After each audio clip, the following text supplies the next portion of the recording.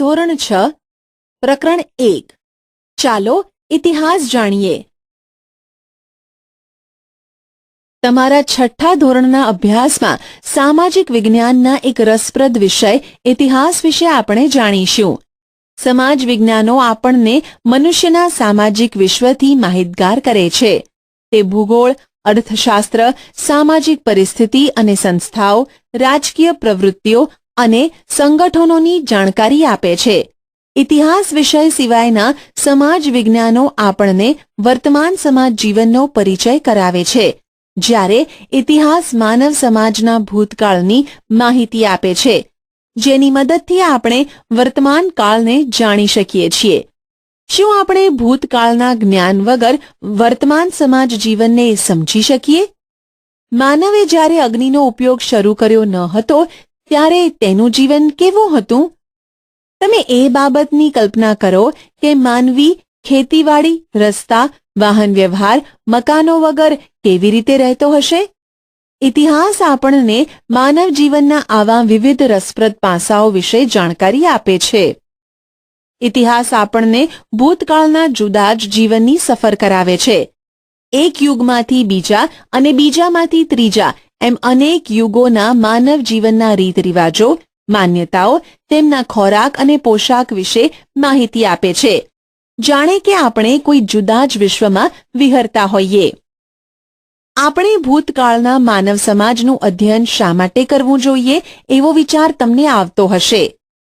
ઇતિહાસ માત્ર ભૂતકાળની જ બાબતો સાથે સંકળાયેલો નથી, તે વર્તમાન કાળની વ્યવસ્થા સાથે કડીરૂપ છે. આપણા પૂર્વજો કેવા હતા? તે ક્યાં રહેતા હતા? શું ખાતા હતા? તેમના જીવનની અનેક મહત્વપૂર્ણ બાબતોની માહિતી આપી ઇતિહાસ આપણને માનવીના જીવનમાં આવેલા પરિવર્તનોથી માહિતગાર કરે છે. ઇતિહાસ જાણવાના સાધનો સ્ત્રોત. ચિંતને વર્તમાનપત્રમાં વાંચ્યું, ગુજરાતના કચ્છમાં 4000 વર્ષ જૂનું શહેર મળી આવ્યું. તેને આશ્ચર્ય થયું. આપણે કેવી રીતે જાણી શકીએ કે આ શહેર 4000 વર્ષો જેટલું જૂનું છે? તે કોણે અને કેવી રીતે બાંધ્યું હશે?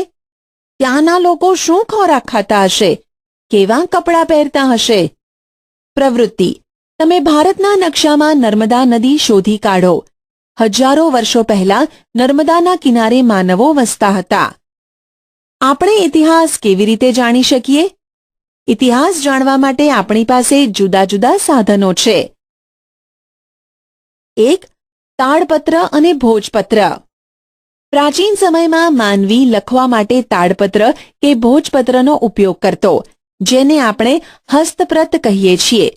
તાડપત્રો એટલે તાડ વૃક્ષના પર્ણ પર લખાયેલી હસ્તપ્રતો અને ભોજપત્ર એટલે હિમાલયમાં થતા ભુર્જ નામના વૃક્ષોની પાતળી આંતરછાલ ઉપર લખાયેલ હસ્તપ્રતો. તાડના પર્ણ પર અને ભુર્જ જેવા વૃક્ષોની છાલ પર તેઓ હસ્તપ્રત લખતા. તેમાંથી આપણને તેમની ભાષા અને જીવન જીવવાની પદ્ધતિની જાણકારી મળે છે. આવી અનેક હસ્તપ્રતો મળી છે. તાડપત્ર અને ભોજપત્ર પર લખેલી હસ્તપ્રતોમાંથી ભારતના પ્રાચીન યુગના માનવી વિશે આપણને માહિતી મળે છે. ભોજપત્ર અને તાડપત્ર. આવી હસ્તપ્રતો મંદિરો અને મઠોમાં સચવાયેલી છે. તેમાં સંસ્કૃત, પ્રાકૃત અને તમિલ ભાષામાં લખાણો મળે છે. કવિતા, નાટકો, વાર્તાઓ અને મહાકાવ્યો પણ તાડપત્ર અને ભોજપત્ર પર મળી આવ્યા છે. તે પોથી સ્વરૂપે પણ સચવાયેલી છે, જેમાં ધાર્મિક રીત રિવાજો, સામાજિક માન્યતાઓ, રાજાઓની જીવનશૈલી, વિજ્ઞાન, શિક્ષણ, દવાઓ, પ્રાણીઓ વિશે મોટા પ્રમાણમાં માહિતી મળે છે. 2. અભિલેખો. શિલાઓ અને પથ્થરો પર કોતરેલા કે લખેલા લેખ અભિલેખ કહેવાય છે. આપણે અભિલેખોમાંથી પણ ઇતિહાસ જાણી શકીએ. ઘણીવાર તે ધાતુ પર પણ મળી આવે છે. રાજા પોતાના આદેશો શિલાઓ પર કોતરાવી પ્રજા સાથે સંવાદ કરતા હતા. પ્રાચીન ભારતના અનેક રાજાઓ અને રાણીઓએ તેમના રાજ્ય, વિજય, ધર્મ અને સંસ્કૃતિની માહિતી આવા અભિલેખો પર અંકિત કરાવી છે. આવા શિલાલેખો અને અભિલેખો પર લખાયેલા લખાણો લાંબા સમય સુધી ટકી રહ્યા છે. અશોકના શિલાલેખો ખૂબ જ જાણીતા છે.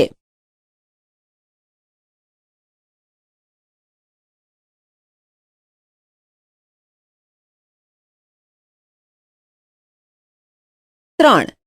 તામ્રપત્રો. તાંબાના પતરા ઉપર કોતરીને લખવામાં આવતું લખાણ એટલે તામ્રપત્ર. અનેક રાજાઓએ પોતાના વહીવટી તંત્ર અને દાનની માહિતી તામ્રપત્રો ઉપર પણ કોતરાવી છે. ગુજરાતમાં આવા તામ્રપત્રો મોટી સંખ્યામાં મળી આવ્યા છે, જેમાંથી રાજાના નામ, તેના ધર્મ, વહીવટી તંત્ર અને દાન ધર્મની વિગતો મળે છે. આવા તામ્રપત્રો પાટણ હેમચંદ્રાચાર્ય લાઇબ્રેરી, ઉત્તર ગુજરાત, અમદાવાદની LD institute of Indology, Navrangpura, ભો જે અધ્યયન અને સંશોધન વિદ્યાભવન, અમદાવાદ, શ્રી મહાવીર જૈન આરાધના કેન્દ્ર, કોબા, ગાંધીનગરમાં સચવાયેલા છે. સિક્કા. સિક્કા પણ ઇતિહાસ જાણવાના અગત્યના સાધનો છે. સિક્કા પર રાજાનું નામ, તેના ધર્મ, સંસ્કૃતિ વગેરેની તથા તેના સમયની માહિતી મળે છે. ભારતમાં ઈસવીસન પૂર્વ 5મી સદીના પંચમાર્ક સિક્કા મળી આવ્યા છે, જે સૌથી જૂના સિક્કા છે. આ સિવાય ગ્રીક રાજાઓ, મૌર્યકાળ અને ગુપ્ત યુગના અનેક સોના ચાંદી તાંબાના સિક્કા જે તે રાજ્યની સામાજિક, ધાર્મિક, આર્થિક અને રાજકીય માહિતી આપે છે. પંચમાર્ક સિક્કા. ધાતુના ટુકડાઓને છાપ ઉપસાવવા બીબામાં મૂકી દબાણ આપી બનાવાતા સિક્કા પંચમાર્ક સિક્કા તરીકે ઓળખાય છે. ઇતિહાસના અભ્યાસીઓ, પુરાતત્વશાસ્ત્રીઓ, ઇતિહાસકારો અને પ્રવાસીઓ. ઇતિહાસ એટલે કે માનવ સમાજનો ભૂતકાળ જાણવા આપણને પુરાતત્વશાસ્ત્રીઓ, જેને અંગ્રેજીમાં આર્કિયોલોજિસ્ટ કહેવાય છે, તે સંશોધન કરીને માહિતી આપે છે. તેઓ પ્રાચીન સ્થળો પર જઈ ઉત્ખનન કરીને મકાનો, સિક્કા, ઈંટો, પથ્થરો, ઓજારો, ખોરાકના નમૂના, મનુષ્યો અને પ્રાણીઓના હાડકાં વગેરે શોધીને તેનો અભ્યાસ કરી તે સમયના માનવોની સંસ્કૃતિથી આપણને અવગત કરાવે છે. પ્રાચીન કાળથી મનુષ્ય એક જગ્યાએથી બીજી જગ્યાએ પ્રવાસ કરતો રહ્યો છે. ઘણા પ્રવાસીઓ બીજા દેશોમાં જઈને ત્યાંના જીવનની નોંધ પણ કરતા હતા. આવા પ્રવાસીઓના પ્રવાસન વર્ણનમાંથી આપણને જે તે દેશના ઇતિહાસ અને સંસ્કૃતિની જાણકારી મળે છે. તેમાં મેગેસ્થેનિસ, પ્લિની, ફાહિયાન, યુન શ્વાંગ જેવા મુસાફરોનો સમાવેશ થાય છે. પુરાતત્વશાસ્ત્રીઓ અને ઇતિહાસકારોના સંશોધનથી આપણને ઉત્તર પશ્ચિમ ભારતમાં સિંધુ નદીના કિનારે પાંગરેલી મહાન સભ્યતાના દર્શન થાય છે. ભારતમાં આજથી 4,500 વર્ષ પહેલા અનેક શહેરો અસ્તિત્વમાં હતા.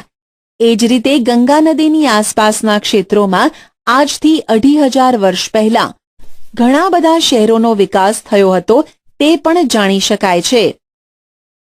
આ બધા સાધનોથી તે સમયના માનવ સમાજના રીત રિવાજો, ખોરાક, પોશાક અને ટેકનોલોજી તથા સંસ્કૃતિની માહિતી મળે છે.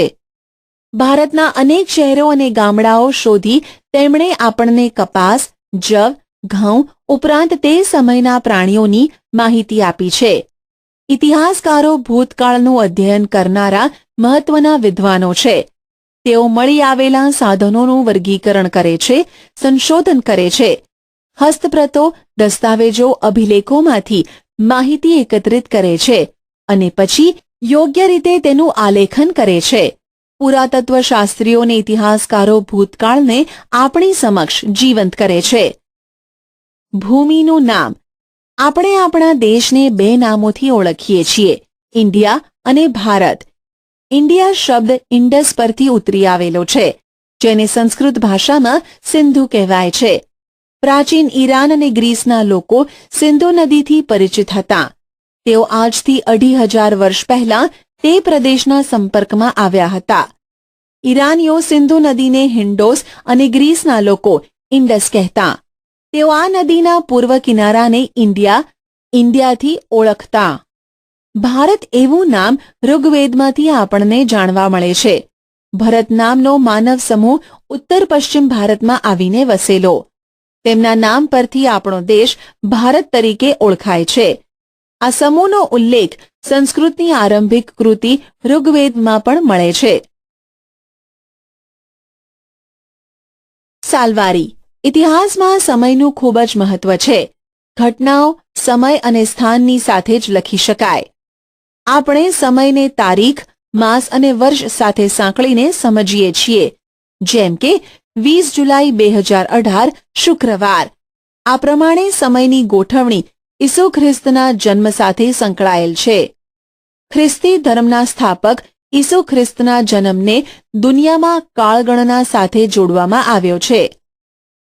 આપણે ઈસવીસન એમ કહીએ, અંગ્રેજીમાં એડી એનો ડોમિની એટલે ઈસુ ખ્રિસ્તના જન્મ પછીના વર્ષો એમ કહેવાય. દાખલા તરીકે ઈસવીસન 2000 એટલે ઈસુ ખ્રિસ્તના જન્મ પછીના 2000 વર્ષ. એ જ રીતે ઈસવીસન પૂર્વે બીસી બિફોર ક્રાઇસ્ટ એટલે ઈસુ ખ્રિસ્તના જન્મ પહેલા. ઉદાહરણ તરીકે ઈસવીસન પૂર્વે 2000 એટલે ઈસુ ખ્રિસ્તના જન્મ પહેલાના 2000 વર્ષ. ઘણીવાર સાલવારીને એડીને બદલે સીઈ અને બીસીને બદલે બીસીઈ તરીકે પણ લખવામાં આવે છે. સીઈ એટલે કોમન એરા, સામાન્ય કે સાધારણ યુગ, જ્યારે બીસીઈ એટલે બિફોર કોમન એરા, સામાન્ય કે સાધારણ યુગ પૂર્વે. ખ્રિસ્તી ધર્મ વિશ્વના મોટા ભાગના રાષ્ટ્રો સાથે સંકળાયેલો હોવાથી અનેક રાષ્ટ્રોની જેમ આપણે ભારતમાં પણ આ જ સાલવારીનો પ્રયોગ કરીએ છીએ. ઘણીવાર બીપી એટલે કે બિફોર પ્રેઝન્ટ શબ્દનો પણ ઉપયોગ થાય છે. આટલું જાણો. બીસી